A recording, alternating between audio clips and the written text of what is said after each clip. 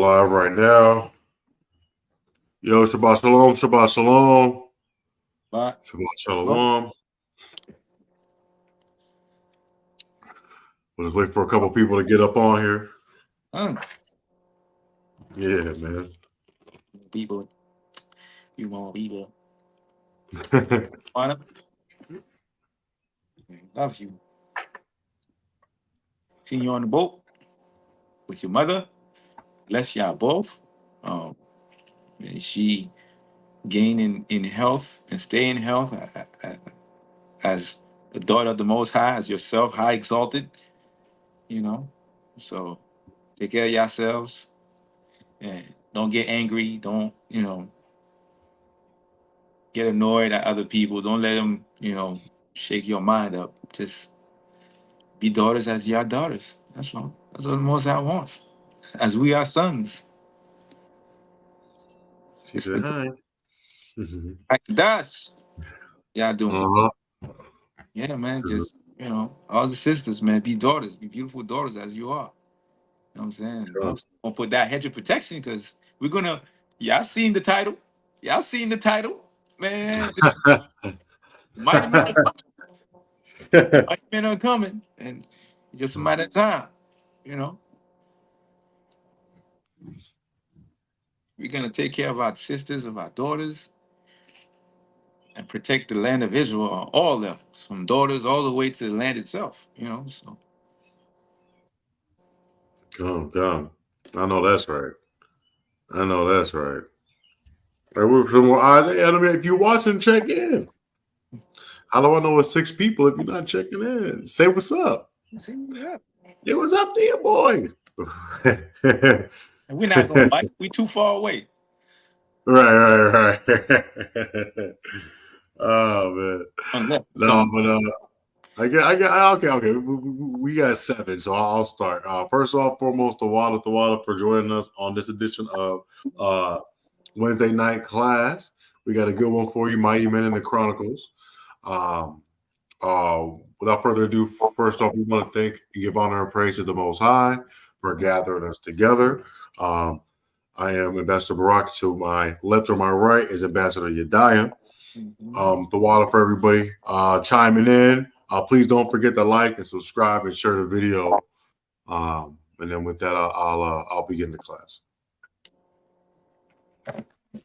So basically, the class today is about in the Chronicles.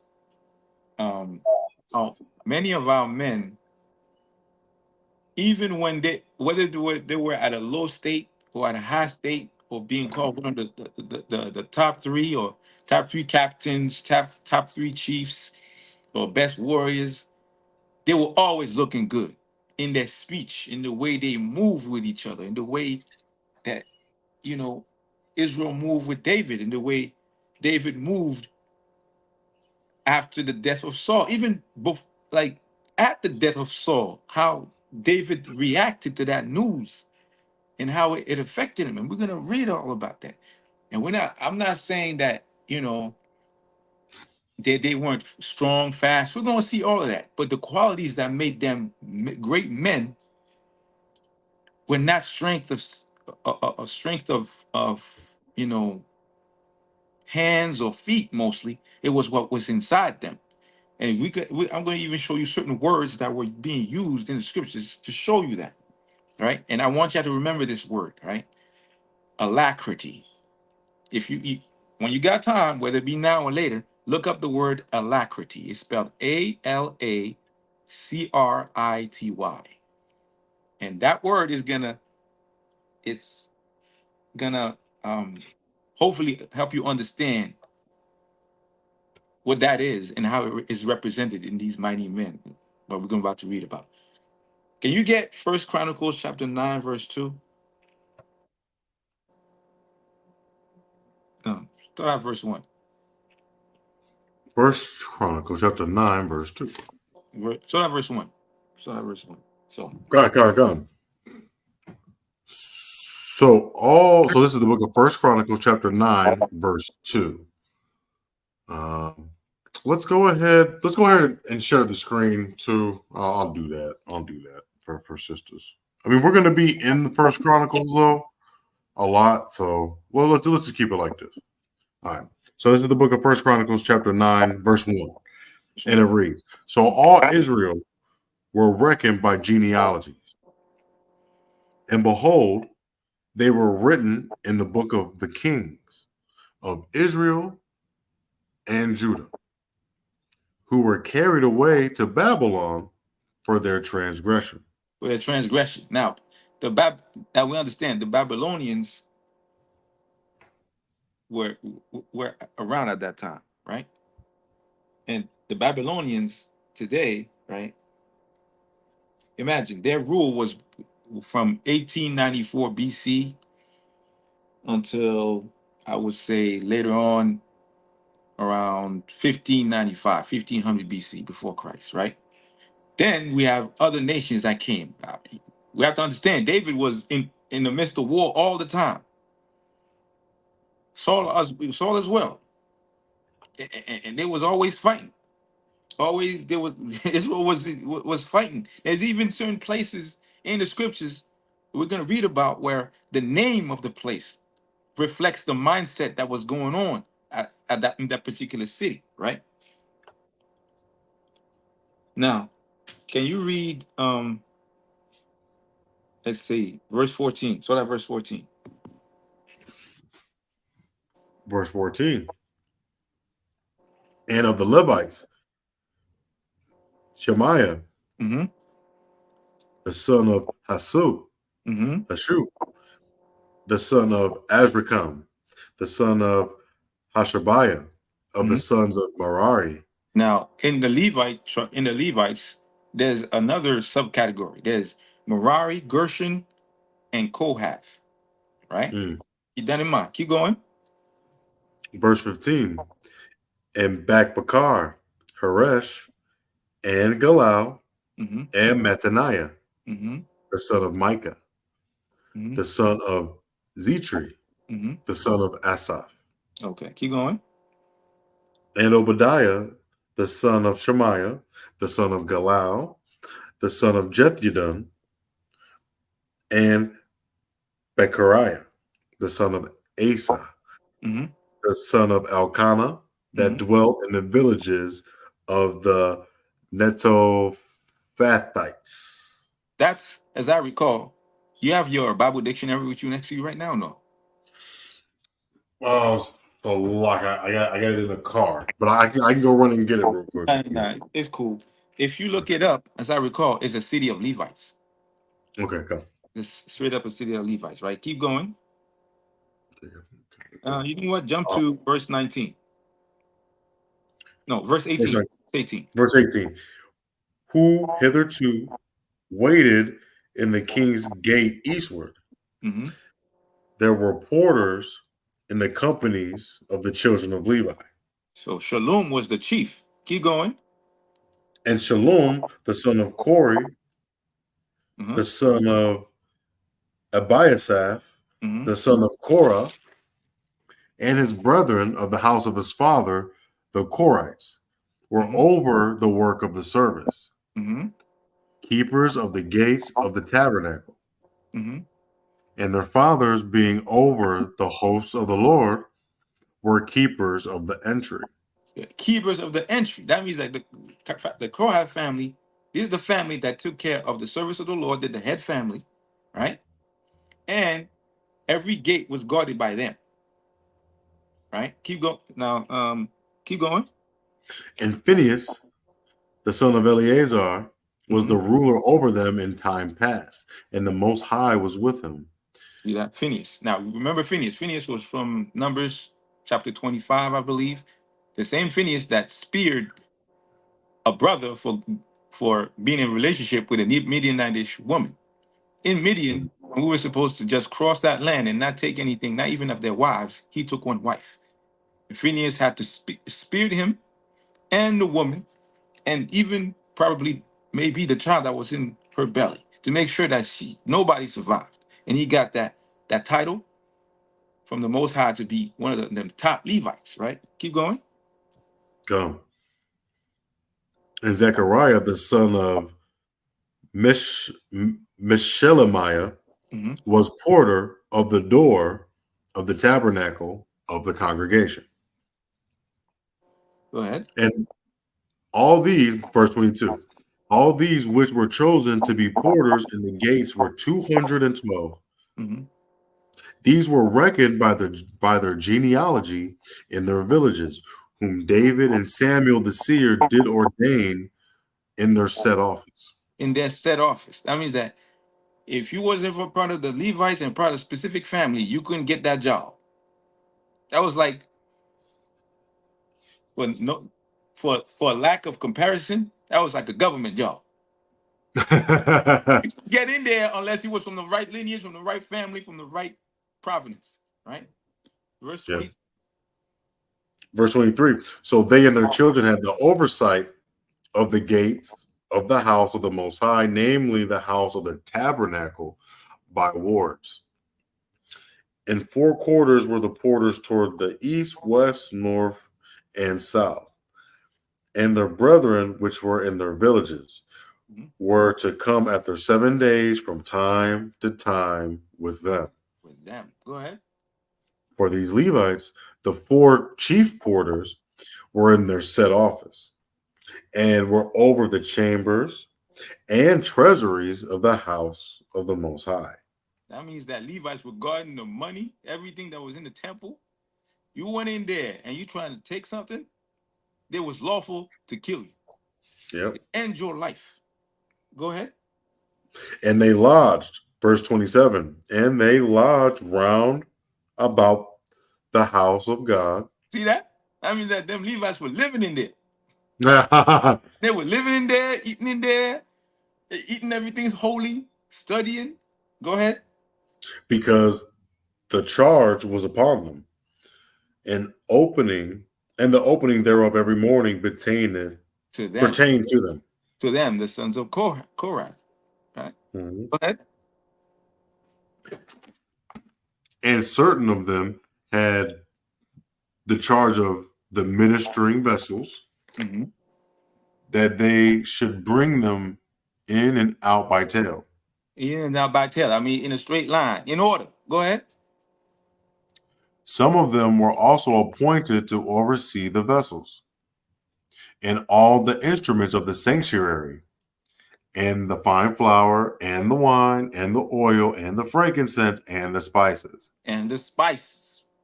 Mhm. I know, Levi, the spices. That food. Come on, man. Keep going. And some of the sons of the priests made the ointment of the spices. Make the ointment of the spices. Come on now. Get going. And Mattatiah, one of the Levites, who was the firstborn of Shalom the Korite, had had the set office over the things that were made in the pans. Or made in the pans. Go, keep going. And the other of their brethren of the sons of the Kothathites Mm-hmm. were over the showbread Over to the show. prepare it every Sabbath. Now you remember now. Later on, we read that David went into to the temple and grabbed the showbread. Now you imagine, yo, like yo, it's the king. He grabbed the showbread. Keep going. God, prepare it every Sabbath. Verse 33. Mm-hmm. And these are the singers, chief of the fathers of the Levites, who remaining in the chambers were free, for they were employed in that work day and night. Day and night. Last one. These chief fathers of the Levites were chief throughout their generations. These dwelt at Jerusalem. I got you, Dave. Okay. So Israel dwelt at Jerusalem, right? And they dwelt there. Now, if you know, let me see if people know. Let me see. I don't know. Might be too much for them. But listen, who knows what Hebron means in the chat? Right in the chat, if you know. Tell me what Hebron means. The city of Hebron. What does Hebron mean? Everybody know what a city is. Can you tell me what Hebron means?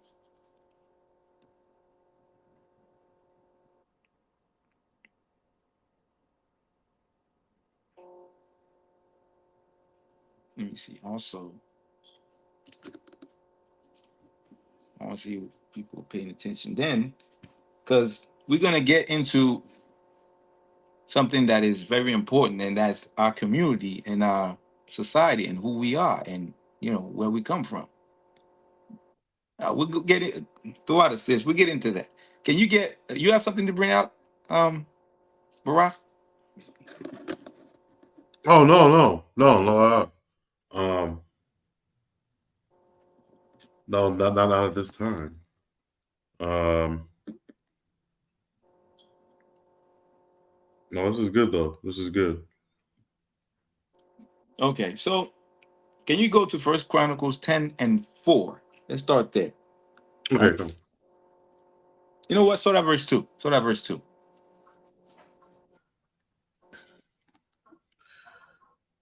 This is the book of First Chronicles, chapter 10, and verse 2. Mm-hmm. And the Philistines followed hard after Saul Mm-hmm. and after his sons. And the Philistines slew Jonathan and Abinadab, Mm-hmm. at, yeah, Abinadab and Malchusah, Mm-hmm. The the sons. sons of Saul. Now, to understand, this is during the time where Saul was at war with the Philistines, right? And he was fighting them, doing all this, right? Because Mhm. he went to get something he wasn't supposed to get.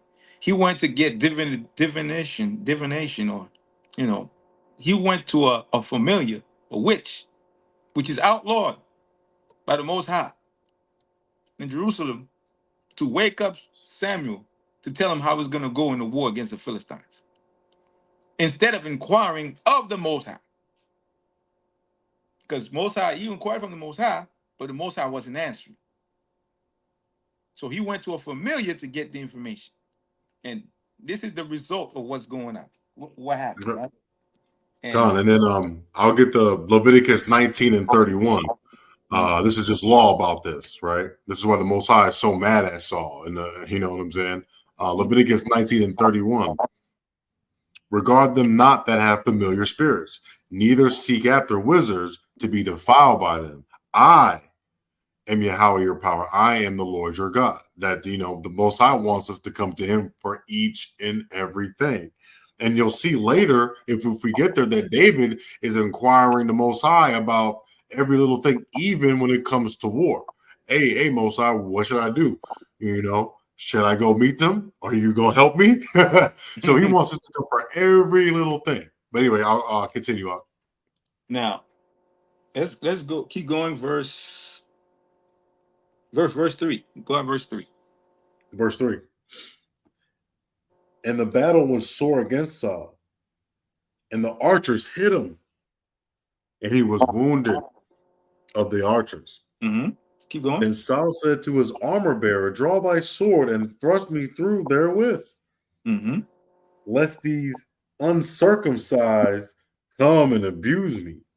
And we have to understand. For those who understand, let's remove Pee Wee Herman from the equation. This is he's talking about Sodom and Gomorrah type stuff. Literally. Go ahead.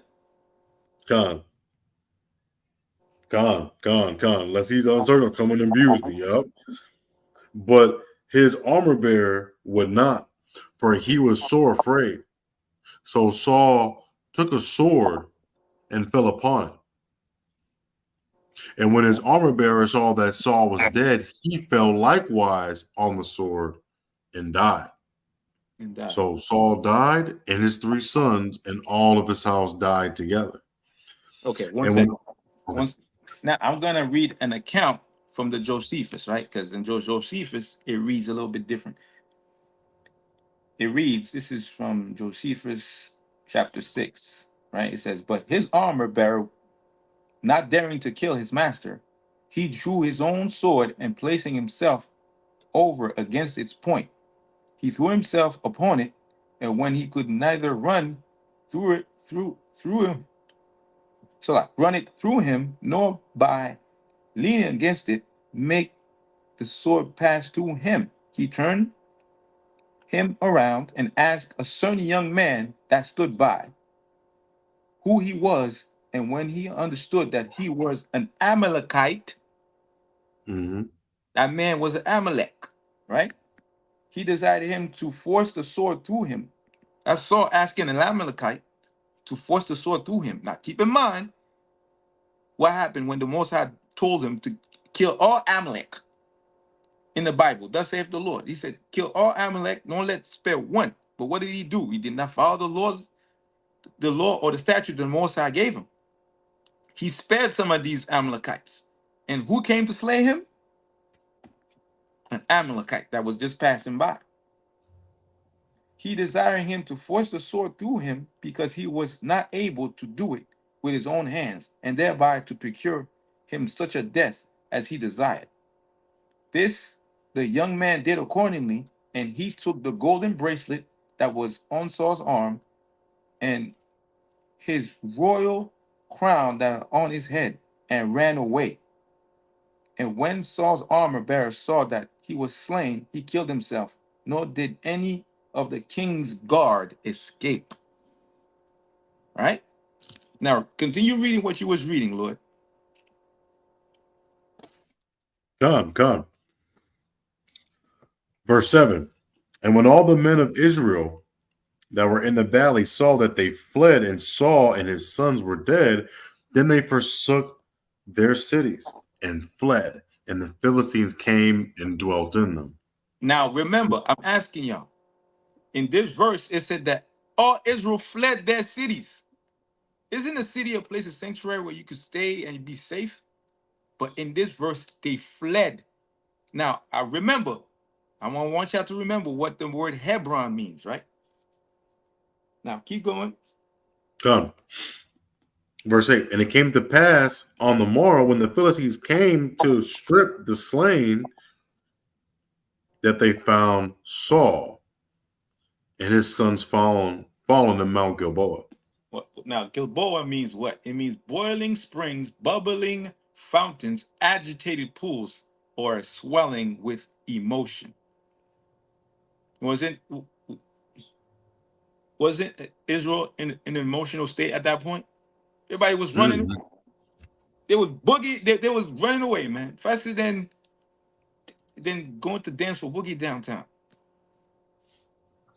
There was not a disco. There was no disco ball. Everybody was running. Keep going. Come. Verse 9. And when they had stripped him, they took his head and his armor and set into the land of the Philistines round about, to carry tidings unto their idols and to the people. And they put his armor in the house of their gods, and fastened his head in the temple of Dagon. Mm-hmm. Come. Now, look at this, right? And this is from the Josephus. It reads, on the next day, when the Philistines came to strip their enemies that were slain, they got the bodies of Saul and of his sons, and stripped them and cut off their heads. And they sent messengers all over their country to acquaint them that their enemies were fallen. And they dedicated their armor to the temple of Astarte, but hung their bodies on crosses at the wall of the city of Bethshan, which is now called Scythopolis. But when the inhabitants of Josh Gilead heard that they had dismembered their bodies of Saul, and they deemed it so horrid that they could not overlook the barbarity. Now, Jabesh Gilead means rocky region, Mm-hmm. a rocky region or dry heap of stones. So the people of Jabesh Gilead, when you hear that name, that means that it's a place where people are uneven, they don't know what's going on. And that just the name makes you understand that there's a contention in that city. Nobody could agree, nobody could get on the same page, right? We had verse 10. Come. Keep going. Okay, come. And they put his armor in the house of their gods, and fastened his head in the temple of Dagon. Mm-hmm. And when all Jabesh Gilead that heard all the Philistines had done to Saul, they arose. Yo, All whoa. yeah, come. Go ahead. They arose, all valiant men, and took away the body of Saul and the bodies of his son, and brought them to Jabesh, and buried their bones under the oak in Jabesh, and fasted 7 days. And fasted 7 days. Right? Come. They fasted 7 days, man. Go keep going. God. So Saul died for his transgression for which he committed against the word. Look, so Saul died for his transgression which he committed against the Lord, even against the word of the Most High, which he kept not,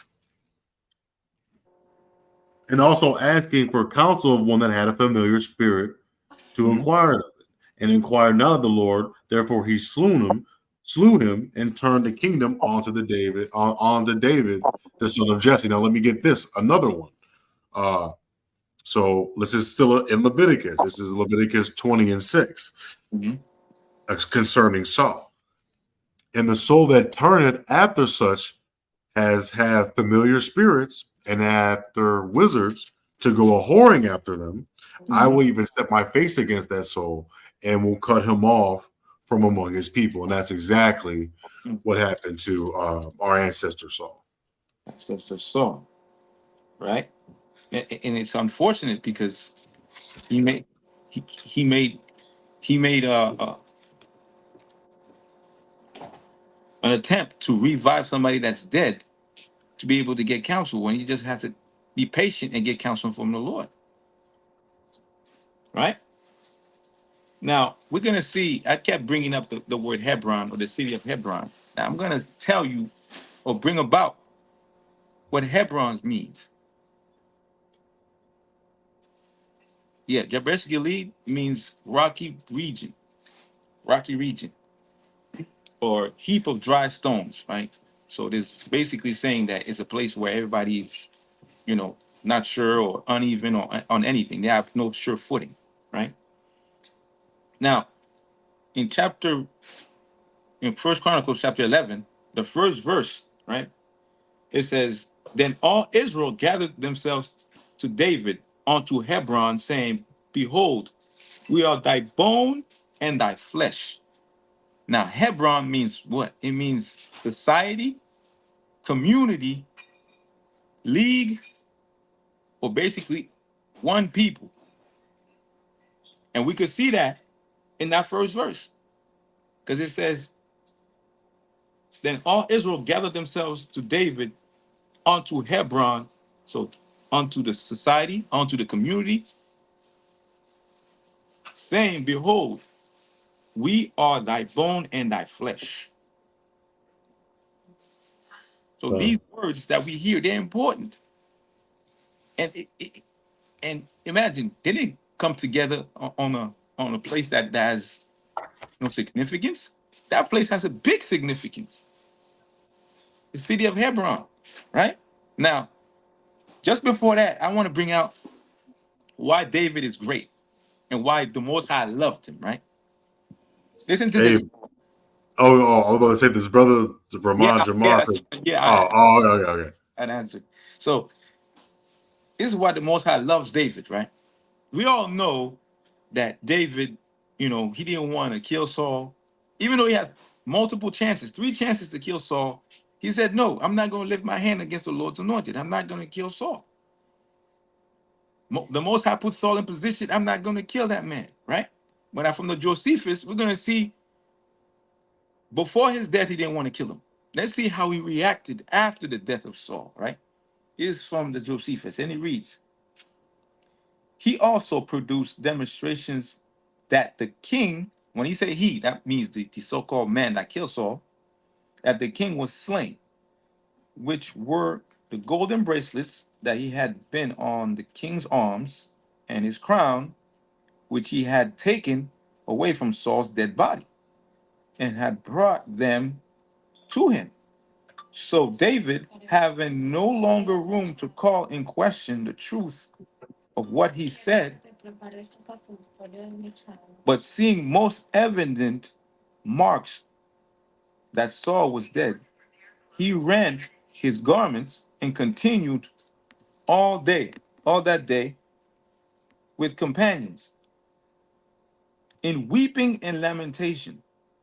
This grief was augmented by the consideration of Jonathan, the son of Saul, who had been his most faithful friend, and the occasion of his own deliverance. He also demonstrated himself to have such great virtue as such great kindness for Saul, as not only to take his death to heart, though he had been frequently in danger of losing his life by his means, but to punish him that slew him. For when David had said to him what he was become, his own accuser, as the very man who had slain the king, and when he understood that he was the one, the son of an Amalekite, he commanded him to be slain. I mean, David said, kill that man. He lifted his land against Saul. I don't care if that man was close to death. You were supposed to save that man. But since that man killed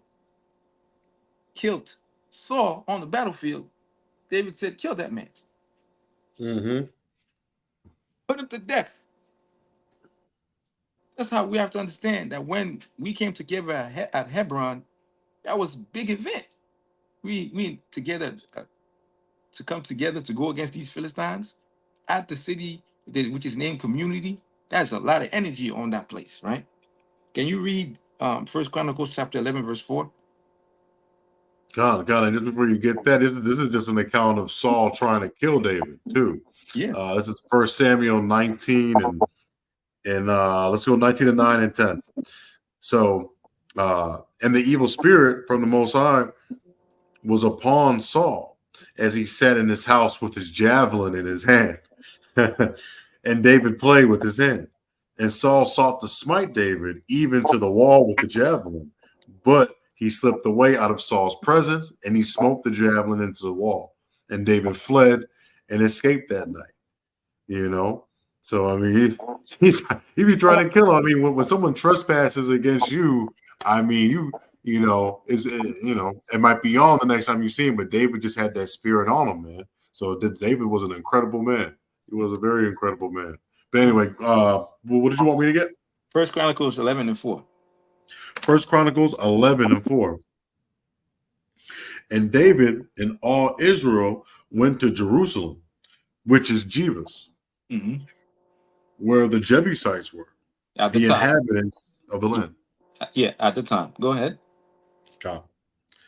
And the inhabitants of Jebus said to David, thou shalt not come hither. Nevertheless, David took the castle of Zion, which is the city of David. Which is the city of David. Right? And now, can you go to verse 11. Let's jump down to verse 11. Oh, verse 10. Salah. Verse 10, come. These are also the chief of the mighty men whom David had, who strengthened themselves with him in his kingdom and with all Israel to make him king, according to the word of the Most High concerning Israel. Mm-hmm. And this is the number of the mighty men whom David had. Mm-hmm. Jeshobeam and Hatchmonite, Yeah. chief of the captains. Mm-hmm. He lifted up his spear against 300 slain by him at one time. Come on, man. Come Come on, man. on, bro. Come on, man. You can't mess with these men. No, And we got man. other men in the scriptures I'm gonna bring out. Keep going. God. Oh my goodness. 12. And after him was Eleazar, the son of Dodo, What? the The son of who? Ahohite. The son of who? Dodo. Son of Dodo. Yo, come on, man. Nowadays, they make it sound like that Dodo is an idiot. Man, I don't know about you, but yo, Eleazar, son of, keep going. The Ahohite, who was one of the three mighties. The one of the three mighties. Yo, Go ahead. And he was with David at Pas Damim, Mm-hmm. and there the Philistines were gathered together to battle, where there was a parcel of ground full of barley, Mm-hmm. and the people fled from before the Philistines. Yeah, you know And what the they Philistines set are? They're some greedy people, boy. They want to keep that barley. They don't want to share it. But what did he do? Keep going. and they set themselves in the midst of that parcel and delivered it and slew the Philistines, and the Most High saved them by a great deliverance. And not forget the Most High was over them that day. The Most High, Mhm. Yahweh was over them that day. Go, keep going. Now, 3 of the 30 captains who went down to the rock to David into the cave of Adullam, and the host of the Philistines encamped in the valley of Rephaim. And Rephaim. Mhm. Now, Rephaim means the valley of giants. Hmm. Now you could even understand what that means. That means that we are people of great stature here, fighting against people of greater stature than ourselves. Go ahead. God, and then David and Goliath, these are people, what I'm saying, that's been like that Yeah, since David was a youth, you know what I'm saying? yeah. Um, God. Well, verse 16. And David was then in the hold, and the Philistines' garrison was then at Bethlehem. They was desecrating everything, man. They was at the house of bread. Go ahead. God. And David longed and said, "Oh, that one would give me drink of the water of the well of Bethlehem that is at the gate." And the 3 break through the host of the Philistines. So now, listen. We're talking about Joab, Joshua Beam, and Eleazar. These are the 3 mighties we're talking about, right? Mm-hmm. These are the 3 mighties we're talking about, right? Now, David said, "Yo, if only I could get some water from the well, man." I mean, he's a prisoner right now. Get some water Yeah. from the well, man. If only I could get some water from the well outside the gate. And those 3 men broke in. They broke the phalanx of the enemy to do what? Go ahead. And drew water out of the well of Bethlehem Yeah, that was by the gate, that was by the gate. They followed orders. Come on, man. Come on, man. Yo. and took it. And they took it and brought it to David. But David would not drink of it, but poured it out to the Most High. Yo. You see why David was beloved by the Lord? That man, he wanted some water. Joab, right? Came out. Joseph being Eleazar. They went bang. You get the water for the king. Bang. They broke in the phalanx. They went through the well. They tossed people aside. They said, "Yo, king, here, bang." King said, "Nah, pour it down for the Most High." Bang. Go ahead. I was going to say, we're the only people that do that. Pour out a little something for somebody, right? We're the only people that really do that, So-called white men don't do that type of stuff, Nah, nah, man. right? He exchanged his birthright for a bowl of soup, man. So God. what do you expect? Go ahead. God. Verse 19, y'all. We're in First Chronicles chapter 11, verse 19, and it reads, "And said, My Elohim forbid me that I should do this thing. Shall I drink the blood of these men that have put their lives in jeopardy? For with the jeopardy of their lives they brought it. Therefore he would not drink it. These things did these 3 mightiest." These 3 mightiest. Now we're talking about people that are taller than them, of highest stature of height, and these men didn't care. They heard their king say, "Yo, if I could get some water from the gate, from the well," man, they said, "Yo, word." They broke, they broke in, went in the well, grabbed the water. They tossed men aside that was around David, right? And I'm Salah. Can you bring First Chronicles chapter 11 verse 4? Because we didn't read about Joab. First Chronicles chapter 11, verse 4. No, Salak, verse I mean, no, verse 6. Verse 6. oh Salak, yeah, Joe. Okay. And David said, "Whosoever smiteth the Jebusites first shall be chief and captain." mm-hmm, So Joab, son of Zeruiah, Zeruiah, mm-hmm. went up first and was chief. And David dwelt in the castle, therefore they called it the city of David. Mm-hmm. And he built the city round about, even from Millo round about. And Joab repaired the rest of the city. So David waxed greater and greater, for the load of hosts was with him. So you see, you had Joab, Joshabim, and Eleazar. 3 men. The three triangles, like, as above, so below. The 3 triangles pointing up, 3 triangles pointing down. These 3 men was enough to get some water for David. David said, "Nah, I'm gonna pour it for the Most High first. Pour it from the Most High, man. Y'all putting y'all lives in jeopardy for me. Nah, can't do that.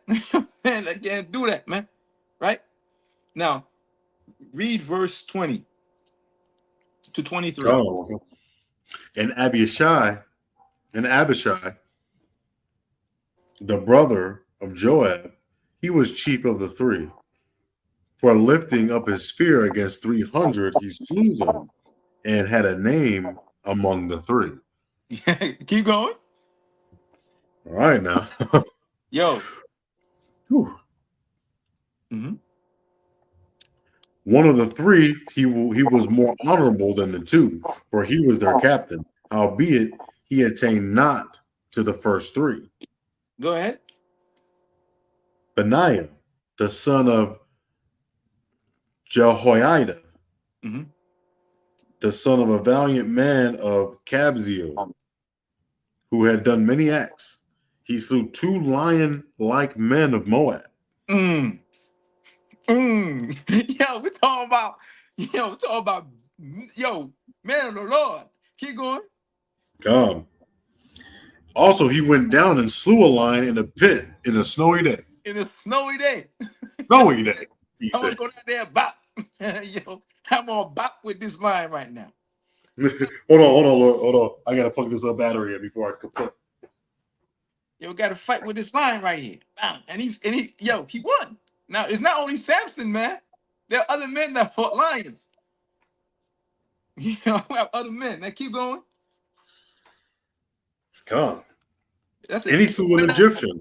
And still Benaiah. Keep going. And he slew an Egyptian, a man of great stature. Great 5, stature. 5 cubits high. And in the Egyptian hand there was a spear, like a weaver's beam.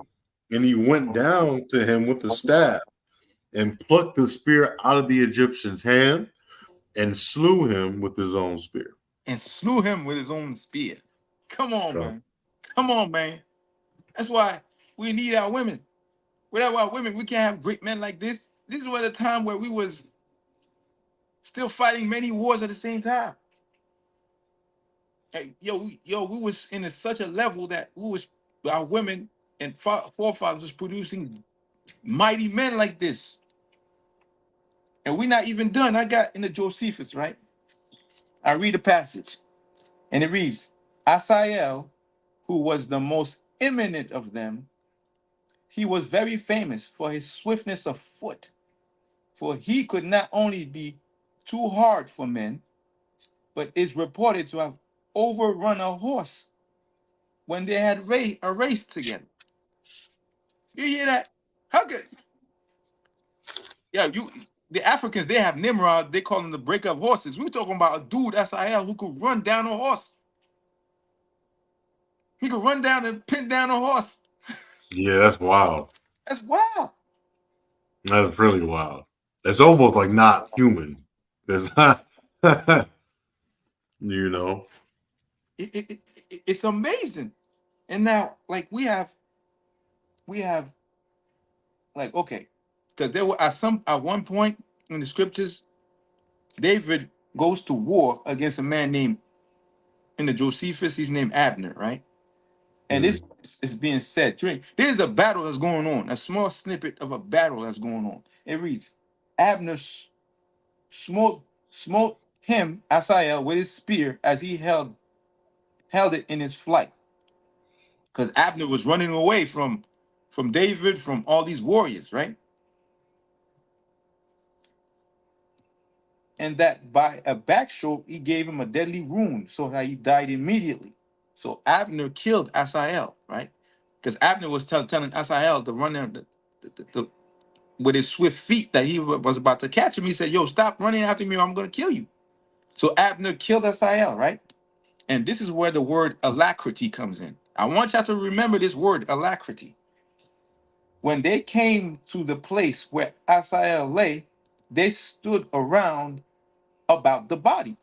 So there are people that stopped. They look, Asael's dead. Asael's dead, right? And left off the pursuit of the enemy. However, both Joab himself and his brother Abishai, what they do? Ran past the dead corpse and making their anger at the death of Asael of an occasion of great zeal against Abner. They went on with incredible haste and alacrity and pursued Abner to a certain place called Ammah. And Ammah, you know what that means? Technically, it means mother. Technically, mother, or like a place where you give, I would say, birth, right? But it's sunset, so somebody's about to close the book on this guy, because he going back into the earth, right? And that's when Joab and Abner, no, sorry, Joab and Abishai, they went on with incredible haste and alacrity. If you look up what the word alacrity means, can you look that word, Lord? Look up the word alacrity. If you need me to spell it, I'll spell it again. No, I know it.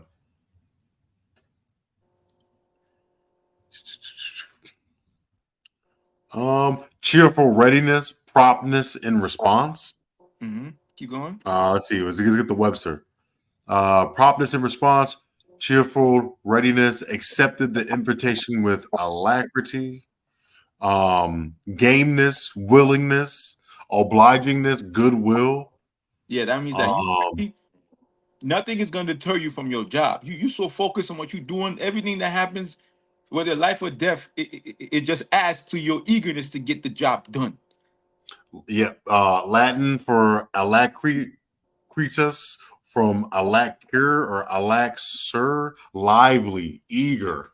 Eager. I mean, you eager to get it done. Nothing going to stop you, right? It said first used in the 15th century.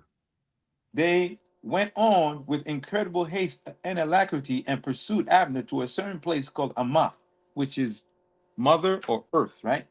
And it was about sunset. They were about to close the book on this guy. Then did Joab ascend a certain hill as he stood at that place, having the tribe of Benjamin with him, whence he took a view of them and of Abner also. Hereupon Abner cried aloud and said that it was not fit that they should irritate men on the same nation to fight so bitterly against each other. And it goes on to explain that that man was blubbering, and he said that it was Asael's fault that he was chasing him and he got killed. And then the rest is history. And these are all heroes that are in the book, in the scriptures. Like a lot of us don't read or know about. They in there. They're very much in there. Gone.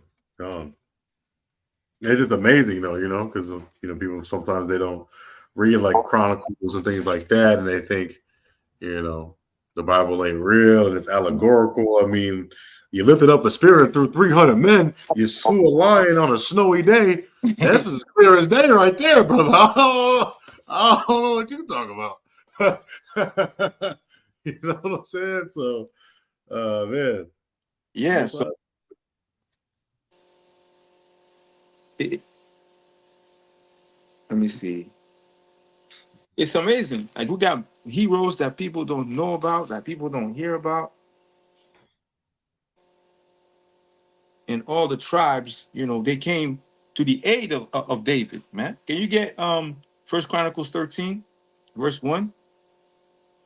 Colin, before I get that, I mean, because we were like, man, we were warriors, though. You know what I'm saying? Yeah. Oh yeah. Yeah, we were warriors. And let's see here. Where should I go? Let's see here.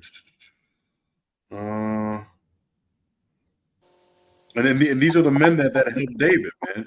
Right? This is a verse. This is First Chronicles 12, because we're warring against the Philistines and all that type of stuff. Okay. Mhm. And it said in verse 21, they helped David against the band of the rovers, for they were all mighty men of valor and were captains in the hosts. For at that time, day by day, there came to David to help him until it was a great host, like the host of the Most High. And Now, these, yeah. yeah, Go ahead. Go ahead. and these are the numbers of bands that were ready armed to the war and came to David to Hebron The to society. turn. Hmm? To Yeah, society to come. into the league. The Yeah. League of Legends, man. This is the real Justice League right there. Go ahead. To turn the kingdom of Saul to him. Because remember, when Saul got overtook, they overtook those areas, if I'm not mistaken. So I think they had to take it back. But anyway, to him according to the word of law. And then it goes on, right? It talks about the children of Judah being ready, right? But let me go to Judah. Even this right Levi here. was there, man. Levi was there. Levi was there for sure. The of the children of Levi, 4,600. Of the children of Benjamin, right? 3,000, right? And then you had Zebulon. So brother Dan is in export in war with all instruments of war, 50,000, right? And they were not of double heart, man. That means that And they they could swung keep that right. sword. There was no hesitation. Right. Naphtali, right? And they had spear and shield, right? 30 and 7,000. Asher, expert at war. Even Manasseh, with all manner of instruments of war. Man, this is something that your pastor don't really talk about, man. That's why them young men Talk ain't in about. that church. You know what I'm saying? Because they're Yeah. not talking about the glorious battles and all these types of things. And that's very historical, man, that our young men need to understand where they get that from and why they're Yeah. full of the fury of the Most High. Anyway, go ahead, King. Verse 38 of that. Verse Verse 38. 38. Come. And all these men of war that could keep rank came with a perfect heart to Hebron. The society that came to the league. You Mm-hmm. understand? They came to the city where we're gonna meet. We're gonna do this thing. Go ahead. To make David king over all Israel and all the rest also of Israel were of one heart, of one mind, to make David king. Isn't that beautiful, man? When you come and you gather together with one mind, with one body, with one mission, you see what you could do? You can overthrow kingdoms, man. And that's why the Most High always wants us to congregate, to get together. That's beautiful, man. That's real beautiful.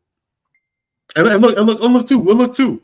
Because we were congregating and gathering together, and look what we did. 39. And they were with David 3 days, eating and drinking, for their brethren had prepared for them. Right? Mm-hmm. It was beautiful, man. They were eating and drinking, man. We know how before you go out to battle, man, you eat and you drink with your brothers, you have a good time, man. And that's what we did. And then we went out and kicked butt. What else? What do we do? Okay. Read First Chronicles 13, verse 1. Let's see what Verse the 1. first Okay. the first order of business. Let's see. Okay, yeah. God, I was gonna read verse 3, but I was like, nah, okay. And this is the First Chronicles chapter 13 and 1, and it reads, And David consulted with the captains of thousands and hundreds and with every leader. And Dawood said unto all the congregation of Israel, if it seem good unto you, and that it be of the Most High, Yahweh our power, let us send abroad unto our brethren everywhere that are left in all the land of Israel, and with them also to the priests and Levites which are in the cities and the suburbs, that they may gather themselves unto us. And let us bring again the ark of our God to us, for we inquired not at it in the days of Saul. The days of Saul.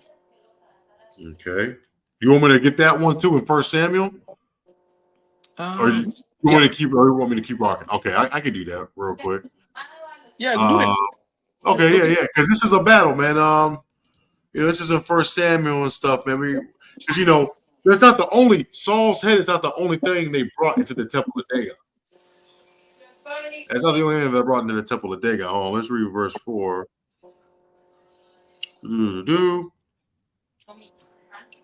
So, I can get right to the point. It's all right. I can read right to the point. We'll read First Samuel chapter 4 for some context, right? But it says here in verse 5, and the Philistines took the ark of the Most High and brought it from Ebenezer on to Ashdod. And when the Philistines took the ark of the Most High, they brought it into the house of Dagon and set it by Dagon, right? Yeah. So that's what that is. So that's the account. So that's the account. Let's go back. Okay. Let's move forward. Yeah. Go to Chronicles. I'm on verse 4. Yeah, verse 4. And all the congregation said that they would do so, for the thing was right in the eyes of all the people. So David gathered all Israel together from Sihor of Egypt. Oh, Sheor. See, Sheor, it means a deep dark, or it also means a prelude to a solar eclipse. That means a major change is about to happen. Something major is about to happen, right? Keep going. Sheor of Egypt, even unto the entering of Hamath, to bring the ark of the Most High from Kirjath Jearim. Kirjath Jearim means a city of woods or city of forests. So we're gonna basically go in the wilderness to get what Most High gave us. We have to go in there and get it. Go ahead. Come on, we gotta take it.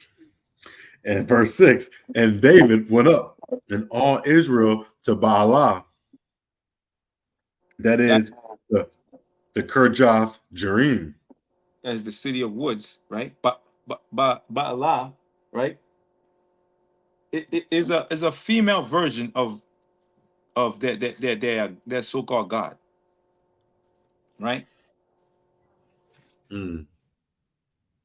And David went up, and all Israel, they went up to that place, the city of woods, Kirjath Jearim, which belonged to Judah, right? To bring up thence the ark of God, the Lord that dwelleth between the cherubims, whose name is called on it. They went in there, they grabbed what the Most High gave them by right. And they carried the ark in a new cart out of the house of Abinadab, and Uzzah and Ahio drave the cart. And David, all Israel played before God with all their might, with singing and with harps and with psalteries and with timbrels and with cymbals and with trumpets. Now, we're going to move forward to verse 9 to explain Most High got mighties too.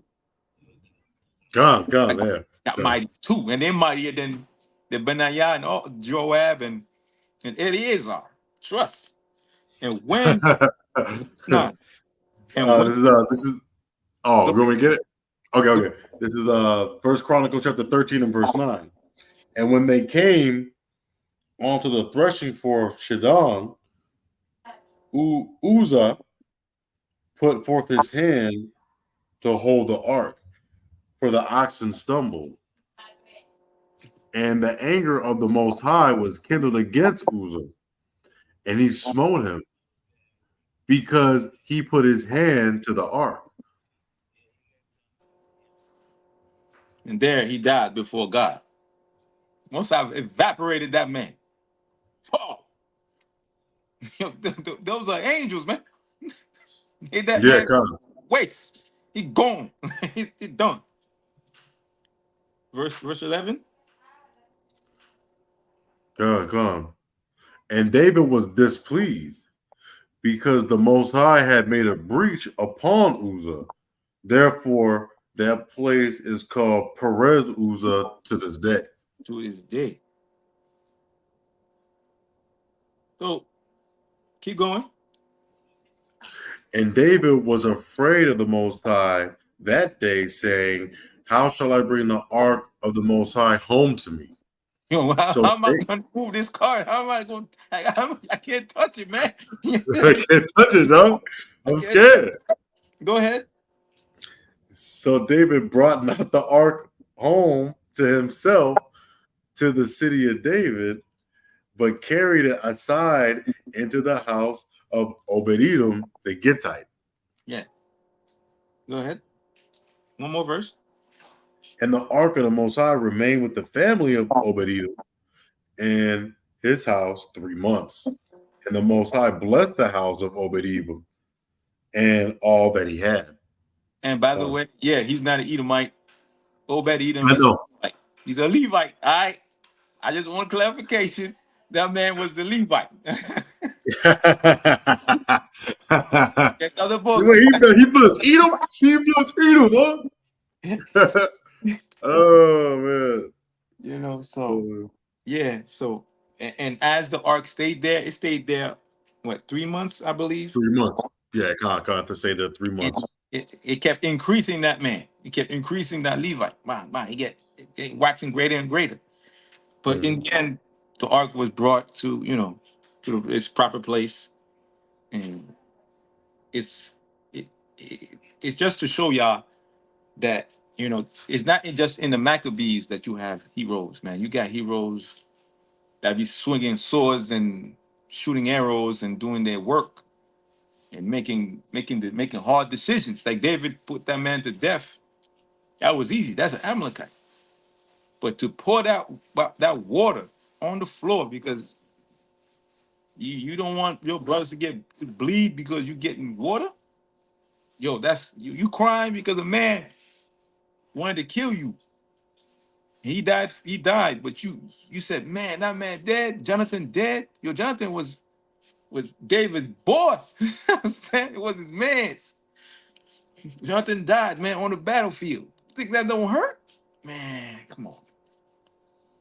That's why this, like I said, the city of Hebron, man, we are the true Justice League, man. We are them people, man. We come on, man. You read about these heroes slaying a giant, an Egyptian giant with his own spear by using your own Man. smash. Come on, man. To hit that man and kill him and be victorious. Come on, man. And imagine David started out with a stone and a slingshot. Now you got three Yes. mighty men upon mighty men coming to serve him. It's beautiful. So when you look at David and he started with a slingshot and he ended up having around him men of great stature, heroes, men that he could count on, men that go hard for him, man. So just because you start with a pebble doesn't mean that you're not gonna go far. David is proof. Men, you are mighty. Women, we need y'all to be our support system. We need y'all, man. Without y'all, we ain't got no footing. Y'all can Jabesh Gilead in this joint, man. Y'all, in this place. Y'all have to be even ground, not stony ground, not dry heap of stones that we have to, separate with our feet. We want y'all to be soft, feminine. We need y'all, Right, man. right, right. We got the other part covered. So let's get how great David was, man, as a youth, man. Ecclesiasticus chapter 47. I'm gonna just read apparently 1 through 5. And after him rose up Nathan to prophesy in the time of David, as is the fat taken away from the peace offering, so was David chosen out of the children of Israel. He played with lions as with kids, and with bears as with lambs, man. Those were his playthings. Like this little tiger I got up here, like this big cat, man, that was his plaything, man. Slew he not a giant when he was yet but young? And did he not take away reproach from the people when he lifted up his hand with the stone and the sling and beat down the boasting of Goliath? Right? So, for he called upon the Most High Lord, and he gave him strength in his right hand to slay that mighty warrior and set up the horn of his people. Right? So, I mean, that's what we got to do, man. We got to call upon the Most High, man, to restore us back to these times.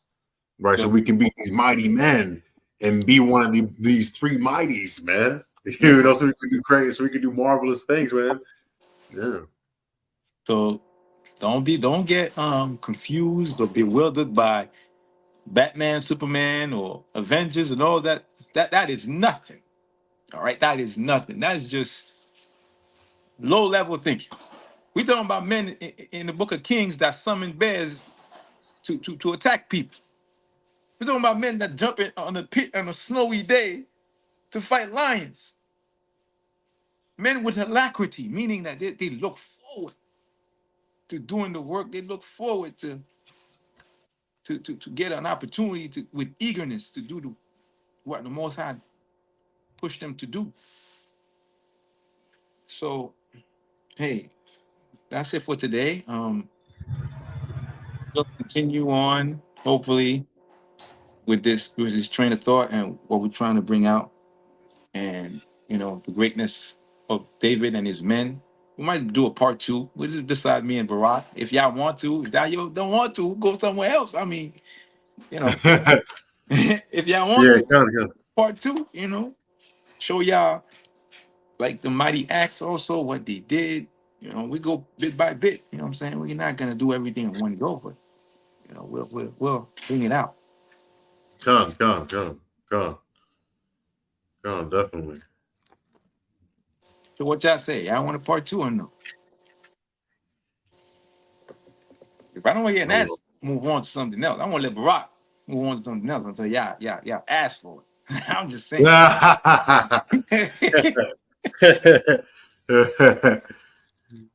So all the brothers, we want to. Son even love it. Come on, sister. I know.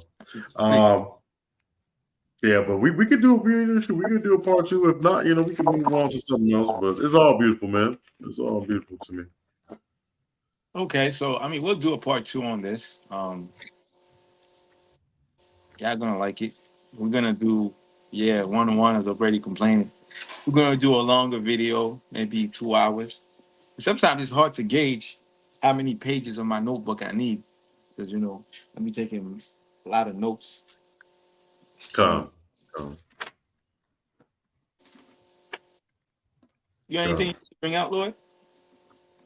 I was flipping through, man. No, I mean, I just wanted to ended it on Ecclesiastes so I could get because I love talking about David. So maybe I might dip into first or second Samuel's. But there's the opposite of David too. We had evil men, you know what I'm saying, too, as well, But I like to go with the positive and not so much of the negative all the time, But we had some bad boys ruling over Israel too. We could bring that out as well. Yeah. But And but maybe we it, could say that too. it goes back to, what David did. You know what I'm saying? We got to bring that out too. I bring that out from the Josephus from another point of view. Okay. And, it's because, and that's why in families, when the father does a breach, we see the consequences. We see that in sports. We see that in certain families. I'm not going to name right now, but we see that in families that they were living a certain lifestyle. Now they have many breaches, many things they have to deal with. and David went through that same type of event. You know. Come. So with that, appreciate y'all time and y'all patience, and we'll meet y'all next week with alacrity on our mind. Yeah, come. Alacrity. That's a word. Hey, that's the word of the week. That's the word of the week right there. It's a week right there. Word of the week. Hey, but Shalawam family, hey, enjoy the rest of your Wednesday night, man. Rest up. You know what I'm saying? We almost there to another Friday night, man. We almost there. You know, I'll meet y'all there too at the finish line, man. And then we going to enjoy this Shabbat coming up, man. And peace and blessings to everybody. Shalom from the ambassadors of Christ. And we will see you on the next one. Come, Shalom. Shalom.